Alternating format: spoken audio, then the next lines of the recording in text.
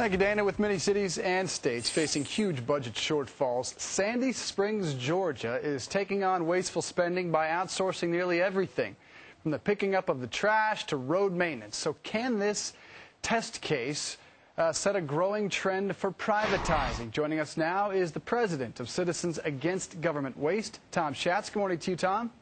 Good morning, Dave. Explain exactly how this works. They did not privatize the police, fire, or public schools. What did they privatize, and how is it working out for them? Everything from, as you said, trash pickup to maintenance of the parks, services that, as Ronald Reagan used to say, you can find in the Yellow Book. His theory was if there was something there that the private sector did, the government did not need to be doing it. But you don't automatically outsource. What you do is you hold a competition between the existing city workers or state workers or federal workers and the private sector and determine what the best value is for taxpayers and how those services can still be delivered effectively.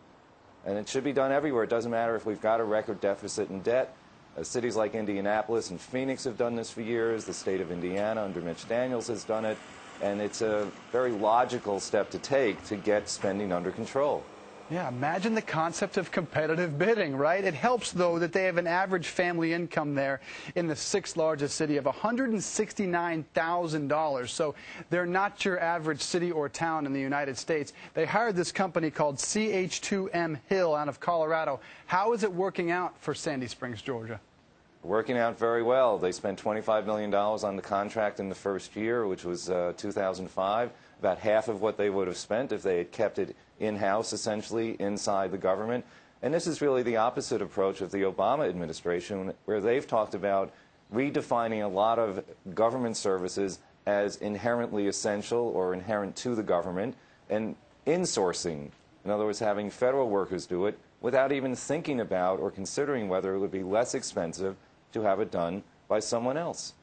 4 other surrounding Georgia cities have done the same thing. But, Tom, how would this work out for the more demographically average city in this country that does have more problems with welfare and does have some of those entitlements, those massive pensions that they still have to clear up? How would it work out for them? Well, one of the things this city did is that they did not have a defined benefit pension. In other words, the government pays regardless of whether they can afford it. They changed it to a contribution plan by the workers, which a lot of states are now doing. And it can work at any community. Indianapolis doesn't have the same demographics as Sandy Springs, and yet they did it for a large city. And as I said, they've done it in Phoenix and many other places around the country. Obviously, the basic services, welfare programs, or police or fire are still done by the city.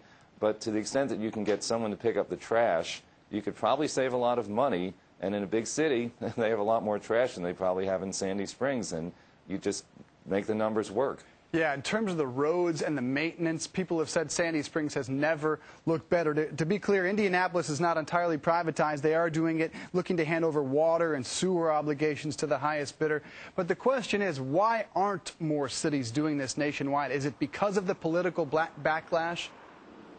It's the unions, it's the workers, it's people saying, I don't really trust the private sector, but it works, and the results are obvious. Your trash gets picked up. I don't think anyone cares who's picking it up. They tried to do this in Washington, D.C.